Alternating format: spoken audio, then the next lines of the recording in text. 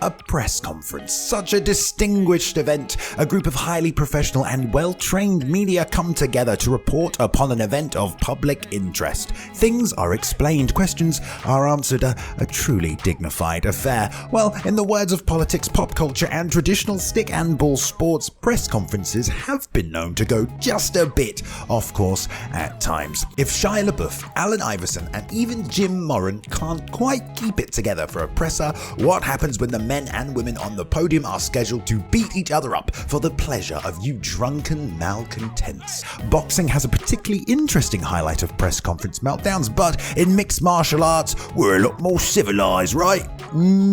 Anyway, hello, it's me, Balian from MMA On Point, and here are 10 press conferences that went completely off the rails. Number 10. James Gallagher at Bellator 223. To be completely honest, the press conference at Bellator 223 was pretty boring overall. The fighters mostly talked the same trash they talked to one another about a whole lot of nothing, and the fighters in the top 3 bouts were taking the stage afterwards. The media being the only ones in attendance, there just wasn't that much energy in the building. The only bright spot came courtesy of Conor McGregor doppelganger and teammate James Gallagher. With his opponent Jeremiah Labiano ready and willing to engage in verbal combat, the two went back and forth, with one of Labiano's coaches adding his 2 cents and the underdog including a fart noise. You sit there and shut your fucking mouth. You're a coach.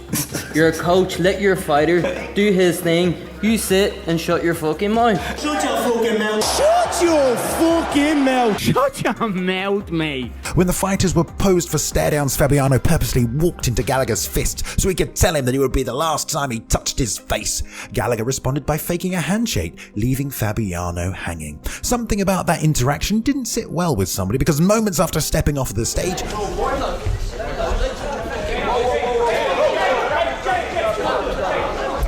afterwards, they placed the blame on one another, with Gallagher singling out the aforementioned coach. He's hiding behind his students. Imagine someone hiding behind their student. I feel sorry for Jeremiah. Number 9. Chael versus Bisping. Now, we all know Chael Sonnen is known to be a bit outrageous when there's anything resembling an audience in front of him, and while we could compile a list just solely of his antics, perhaps his star shined the brightest in the pre-fight press conference ahead of his bout with Michael Bisping on the second UFC on Fox event. Before things had officially begun, Sonnen's fresh championship belt turned heads. Undefeated and undisputed. With Chael only 1 fight removed from being submitted by Anderson Silva at UFC 117, this was a clear sign of what was to come.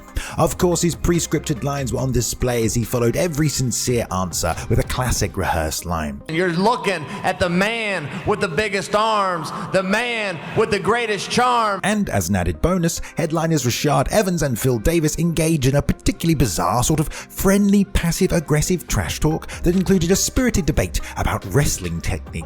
I watched you wrestle in college and it was trash. Wow. Repeated accusations of drug use, Davis threatened to break his hand on his opponent's head, and Evans calling him the love child of John Sally and Arsenio Hall. Phil looking like Arsenio Hall and John Sally had a baby. But of course, as entertaining as those two were, they couldn't steal the show from West Lynn's resident gangster. When my music hits those speakers, I'll make that walk and I will stomp him for 5 full rounds. Number 8. Colby versus TYRON.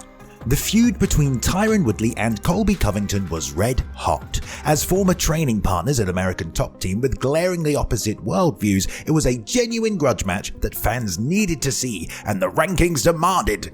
Unfortunately, promotional hijinks got in the way of them meeting when Woodley had the belt and Covington had an interim strap. But without a belt on the line and no love lost between the two, they were finally prepared for the main event of UFC Fight Night 178. The combination of Colby's diehard support for President Trump, Woodley's outspoken commitment to social justice issues, and the increasing tension, political and racial, in the country around them, it seemed like a slam dunk for the UFC to capitalize upon. Surprisingly, the UFC didn't do a lot to promote the fight, but we get a great presser out of it, especially when the two were in close proximity and with a hot mic. Well, not so much actually. Just a couple of hours before it was scheduled to begin, the UFC announced that what was a one-on-one presser for the main event would be a a showcase for the undercard without the headliners. Instead, the two would face the media separately. Woodley took the podium sporting a parody MAGA hat. I'm just excited that Black Lives Matter. And Colby's version of pro wrestling stick fell flat without an audience or foe to feed off of. I'm not really worried about anything TYRON does. The only thing that I'm going to be worried about is if he tries to rap in that octagon.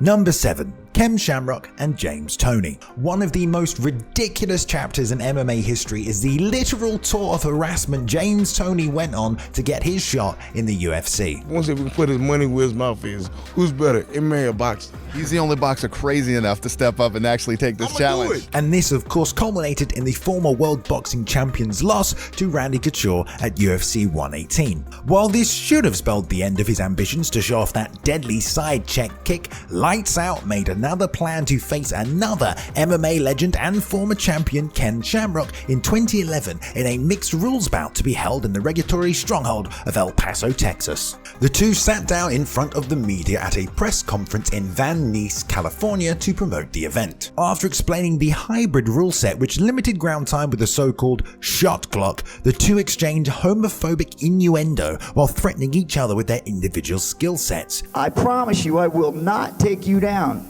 Not until I put my hands in your face and I put a beating on you, and then I'll take you down. You ain't gonna do nothing. Come on, whatever day we fighting on, I'm gonna beat your ass. But things quickly got out of hand as the two had to be held back from one another. So of course, the stare down gave them yet another chance to flirt. That's as close as you're gonna get to me without getting hurt. Much to the delight of our good and pure souls, the fight was postponed and eventually cancelled. Thank the fucking Lord. Number 6. Bellator 216. Bellator 216 was one of the biggest disappointments in MMA history. The highly anticipated matchup between knockout artists Paul Daly and Michael Venom Page turned into an absolute stinker that was slow-paced and completely defied expectations of a fantastic striking battle. But we did get to see this press conference. The two rivals were relentless. They were constantly cutting each other off, and every single question, no matter how mundane, turned into ammunition for another back and forth exchange of words. He says I'm a little bit erratic in all of this, which I can be, but for this fight, you're a bitch. This is why he got kicked out of the UFC. How do you know me? How do you know me?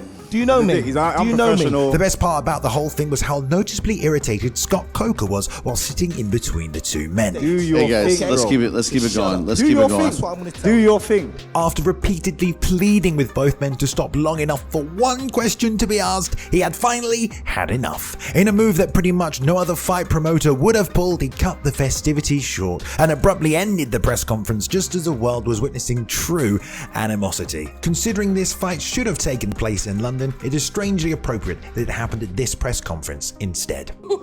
Burn! Number 5. Conor versus Aldo.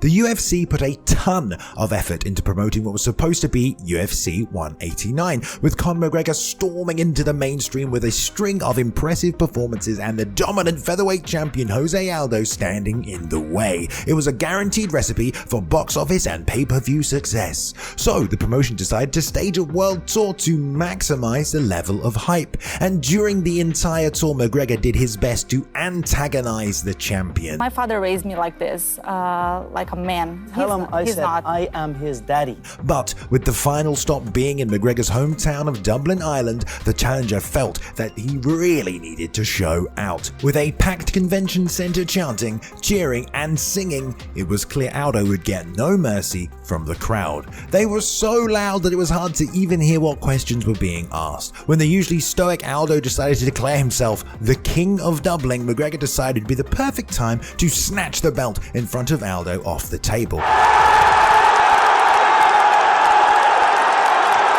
Conor held it up proudly as Dana White and UFC security held back Aldo and wrested the belt away. While things didn't get physical again, the crowd directed more than a few drunken and mean-spirited questions at Aldo, and this insanely adorable kid nearly finessed his way into a UFC contract. Number 4. Golden Boy MMA.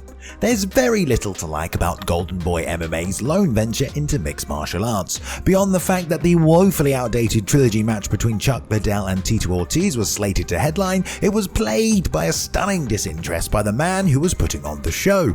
The Fight Week press conference is probably the best example of this. After treating those in attendance and watching the live stream to a terrible mix of pop music after a delay caused by rival promotions staging their own presser, a sniffling and clueless Oscar De La Hoya took to the stage to sell this haphazardly promoted and put together event. Despite him trying to convince anyone who would listen that this was a top-level fight, the Golden Boy founder couldn't even pronounce Liddell's name properly. Golden Boy MMA presents Chuck Liddell, Tito Ortiz. Even with a good amount of the undercard fighters sitting directly behind him, De La Hoya drew a blank on any of their names, while simultaneously trying to sell the quality of the matchups. I don't have a good memory to remember every single name, but we have all the fighters here. I do like to call up to the podium Tom Lawler, who is a light heavyweight. To make matters worse, the presser followed the traditional format of boxing events with rambling speeches from a host of involved parties, including a California State Athletic Commission official and Ortiz's manager. I don't give a fuck. It was a train wreck from start to finish, including Tito's disastrously ugly shoes. But at least Antonio McKee made it clear that Liddell isn't a racist. By the way, this video's writer spent an unnecessarily 2 hours in the forum parking lot because Golden Boy didn't send an email about the delay. Now that I can't abide. Number 3. Conor and Nate at UFC 202. We could have easily turned our attention to the first time Conor McGregor and Nate Diaz shared their microphone. The press conference ahead of the late change to UFC 196 was the stuff of legends, but somehow the odd couple found a way to top it. After Diaz's stunning upset, the rematch was set for UFC 202 and among the most anticipated fights in the sport's history. As the Fight Week presser began, tension was thick in the air as a volatile combination of Stockton and Dublin were expected to make another memorable moment. Only Conor was a no-show. Then the featherweight champion's habit of tardiness didn't stop the presser from beginning. His late entry seemed to irritate Diaz, who soon after the Irishman's arrival stormed off the stage while speaking only the kindest of words to his bitter rival. Shut your fucking mouth, you damn nut. You damn fucking nut. Then, flanked by an entourage that included brother and fellow fighter Nick and longtime training partner Jake Shields, Diaz began tossing water bottles towards the stage. McGregor snatched up the water bottles and energy drink cans in front of him and hurled them back.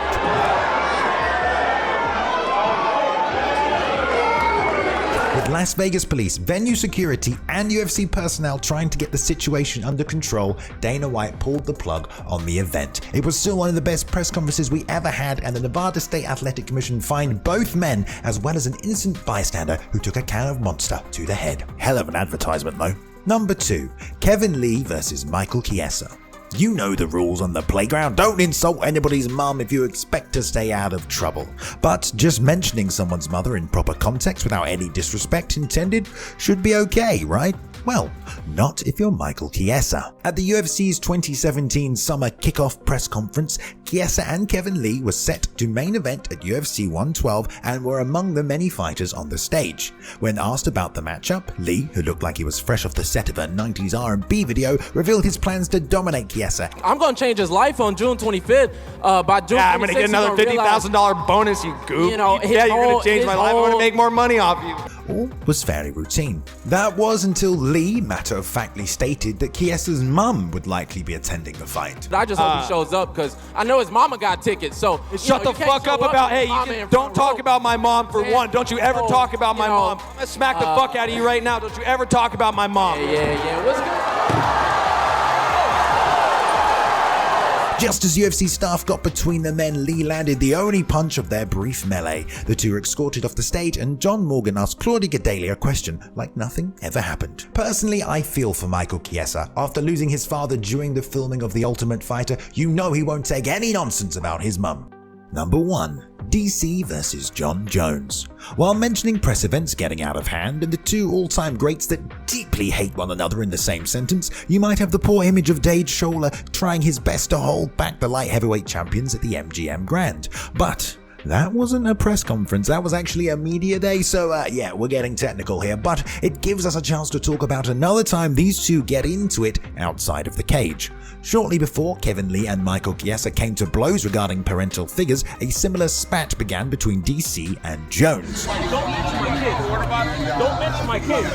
Fuck you, bitch. Mention my kids again, you fucking knock. Shut up. Ironically, it was actually Michael Chiesa who had previously filmed DC angrily shouting at Jones about mentioning his children, with security pulling the two apart and Kelvin Gastelum standing in for Shola. This is the reason why they open these before the conference starts, so they're not full, so you throw them.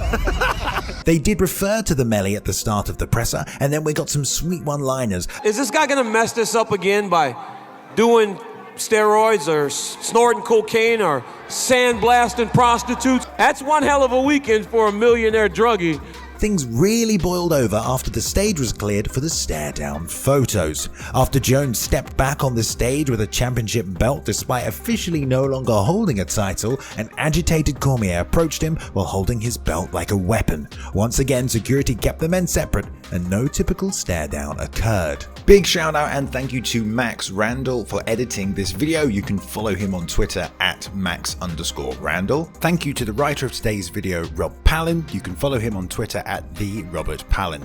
Shout out to Ben Rosette and the excellent music he provided during the intro video. His music can be found on streaming platforms everywhere. There is a link in the description, and follow him at Ben Rosette on Instagram and on Twitter. Thank you very much for watching, everyone, today. Please go ahead and like and subscribe if you did enjoy the content. We upload at least 3 videos every week for your viewing pleasure. Go ahead and leave a comment below if you want to join in the discussion, and follow us on Twitter at MMA On Point and myself at Balian_plays. You can now jump in and join the community Discord as well if you want to continue the discussion further, and I hope you've enjoyed yourselves. I'll see you in the next one.